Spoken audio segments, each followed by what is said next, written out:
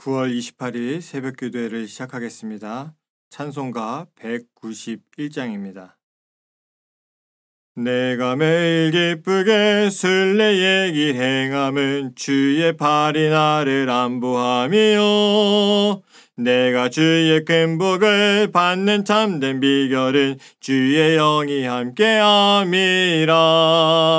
성령이 계시네, 할렐루야 함께 하시네. 좁은 길을 걸으며 밤낮 기뻐하는 것 주의 영이 함께함이라. 전에 죄에 빠져서 평안함이 없을 때 예수 십자가의 공로 힘입어 그 발 아래 엎드려 참된 평화 얻음은 주의 영이 함께함이라. 성령이 계시네, 할렐루야 함께 하시네. 좁은 길을 걸으며 밤낮 기뻐하는 것 주의 영이 함께함이라. 나와 동행하시고 모든 염려하시니 나는 숲의 새와 같이 기쁘다. 내가 기쁜 마음으로 주의 뜻을 행함은 주의 영이 함께함이라. 성령이 계시네, 할렐루야 함께 하시네. 좁은 길을 걸으며 밤낮 기뻐하는 것 주의 영이 함께함이라. 세상 모든 욕망과 마의 모든 정욕은 십자가에 이미 못을 박았네.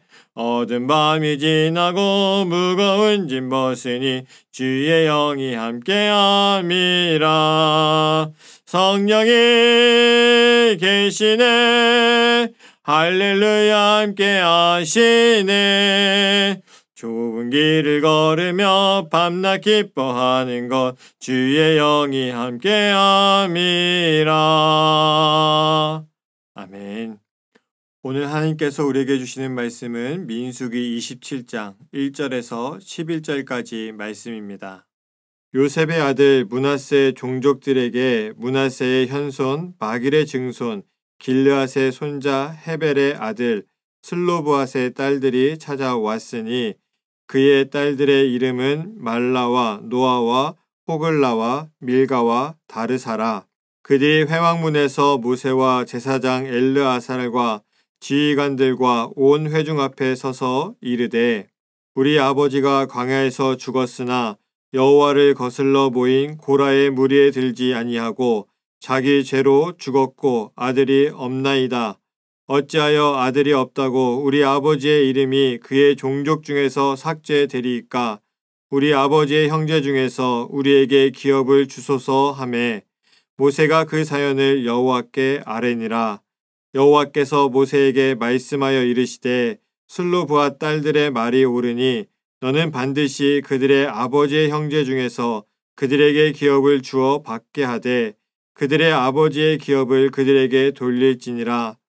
너는 이스라엘 자손에게 말하여 이르기를 사람이 죽고 아들이 없으면 그의 기업을 그의 딸에게 돌릴 것이요 딸도 없으면 그의 기업을 그의 형제에게 줄 것이요 형제도 없으면 그의 기업을 그의 아버지의 형제에게 줄 것이요 그의 아버지의 형제도 없으면 그의 기업을 가장 가까운 친족에게 주어 받게 할지니라 하고 나 여호와가 너 모세에게 명령한 대로 이스라엘 자손에게 판결의 규례가 되게 할지니라. 아멘. 오늘의 말씀은 민수기 27장 1절에서 11절까지 말씀입니다. 이 말씀은 이스라엘이 가나안 땅에 들어가기 전에 사람의 수대로 땅을 나누어 주는 장면이 기록되어 있습니다. 레위인들을 제외하고 남자의 수를 기준으로 땅을 분배합니다. 그런데 문제가 하나 생기게 되죠. 당시는 남성 중심의 사회였기 때문에 남성 기준으로 땅을 분배하다 보니까 출애굽하여 가나안 땅에 오는 과정에서 가족 중에 남성이 모두 죽게 되어 땅을 분배받을 수 없는 여성들이 생겨나게 되었습니다. 대표적으로 오늘 등장하는 슬로브앗의 딸들입니다. 당시 사회는 남성 중심의 사회였습니다. 여성은 사실상 사람으로 여기지 않던 그런 시대였습니다. 이러할 때에 슬로브앗의 딸들이 문제를 제기하고 있습니다. 우리는 분배받을 남성이 없기 때문에 땅을 분배받을 수 없고 그렇게 되면 우리는 살 수 없다는 거죠. 억울한 상황입니다. 광야 생활을 다 같이 했는데 도착해서는 결과를 얻을 수 없다라고 이야기하는 거죠. 여성이라는 이유만으로 그렇게 되는 겁니다. 4절의 말씀에 어찌하여 아들이 없다고 우리 아버지의 이름이 그의 종족 중에서 삭제되리이까 우리 아버지의 형제 중에서 우리에게 기업을 주소서 하매 슬로브앗의 딸들이 얼마나 위기에 처했는지를 알게 해주는 말씀입니다.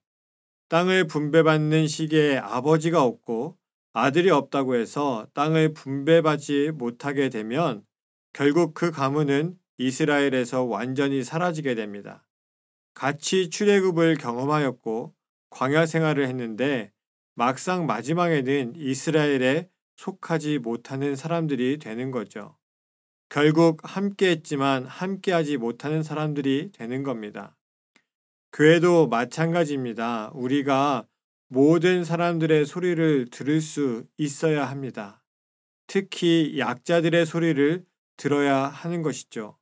그리고 그 문제에 대해서 하나님께 여쭈어 볼 수 있어야 합니다.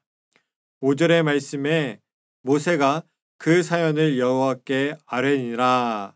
당시의 문화로는 슬로브앗의 딸들이 호소하는 일은 인정받지 못할 수도 있습니다. 들어주지 않아도 되는 그러한 시대였습니다. 왜냐하면 여성이기 때문입니다. 그러나 모세는 이 문제를 하나님께 여쭈어 봅니다. 우리는 하나님께 여쭈어 볼 수 있는 지혜가 필요합니다. 우리에게 너무나 당연한 것들이 하나님의 뜻과 분명히 다를 수 있기 때문입니다. 오늘의 말씀에서 하나님께서 슬로브앗의 딸들의 이야기를 듣고 인정해 주십니다. 이 장면이 굉장히 중요한 장면이죠. 우리는 때로 신앙의 연수 때문에 때로는 교회의 익숙함 때문에 하나님께 여쭤보지 않고 스스로 결정할 때가 있습니다. 그러나 우리는 항상 당연시 여기는 것들 그리고 약자들이 하는 말들을 귀담아 듣고 하나님께 뜻을 여쭈어 볼 수 있어야 합니다. 하나님의 뜻을 우리는 다 알 수 없기 때문입니다. 당연한 일이라도 하나님께서 다른 뜻을 가지고 계실 수도 있습니다. 그래서 우리는 당연한 일도 하나님께 여쭈어보는 것이 우리의 신앙의 습관이 되어야 하는 것이죠. 6절에서 11절까지의 말씀은 슬로브앗의 딸들에 대한 문제에 대해서 모세가 하나님께 여쭈어 보았을 때에 하나님의 대답이 기록이 되어 있습니다. 하나님께서는 이스라엘 사람들이 가지고 있던 고정관념을 넘어서는 말씀을 하십니다. 아들들에게 이어지는 상속의 문제를 재정비하시는 것이죠. 이스라엘 사람들은 생각조차 해보지 않았던 상속의 방법을 하나님께서 제시하십니다. 만약 하나님께서 우리의 상식을 깨는 말씀을 하신다면 우리가 어떻게 반응할까요? 하나님, 현실은 그렇지 않습니다.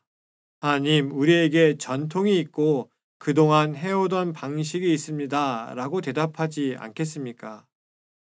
아마 하나님의 말씀을 들은 모세도 그리고 이스라엘 사람들도 그러한 마음이 들었을런지도 모르겠습니다. 그러나 중요한 것은 나의 뜻대로 행하는 것이 아니라 하나님의 뜻대로 행하여야 한다는 겁니다.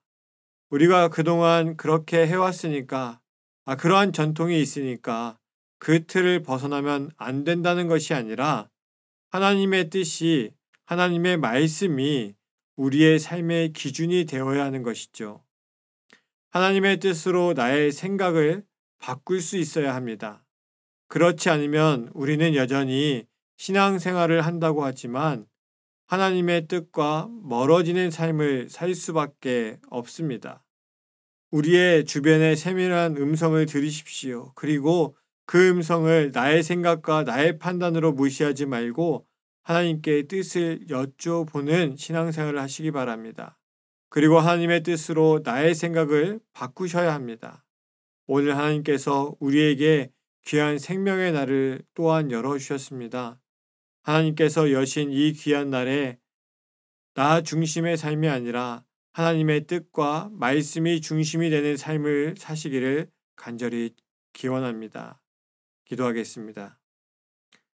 하나님 아버지, 오늘 슬로브앗의 딸들의 이야기를 봅니다. 그동안 이스라엘이 가지고 있었던 전통과 살아왔던 삶의 방식을 생각해 보면 이 여성들이 외치는 소리는 묵살될 수도 있었습니다. 아무도 인정하지 않고 들어주지 않았을 수도 있습니다. 그러나 모세는 하나님께 이 문제를 여쭈어 보았고 하나님께서는 슬로브앗의 딸들의 이야기를 들어주셨습니다. 하나님께서는 우리가 가지고 있는 고정관념과 당연시 여기는 전통들과 그렇게 해왔던 삶들에 대해서 다시 한번 돌아보게 하십니다. 하나님께서는 그때마다 뜻하시는 바가 다르시고 또 우리에게 그 뜻을 이루시기를 원하십니다.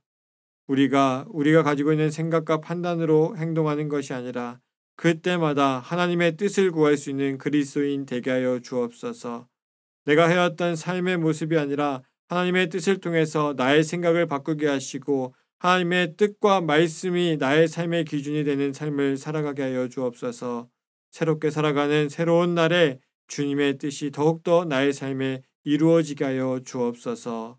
이 모든 것을 이루실 예수 그리스도의 이름으로 기도합니다. 아멘.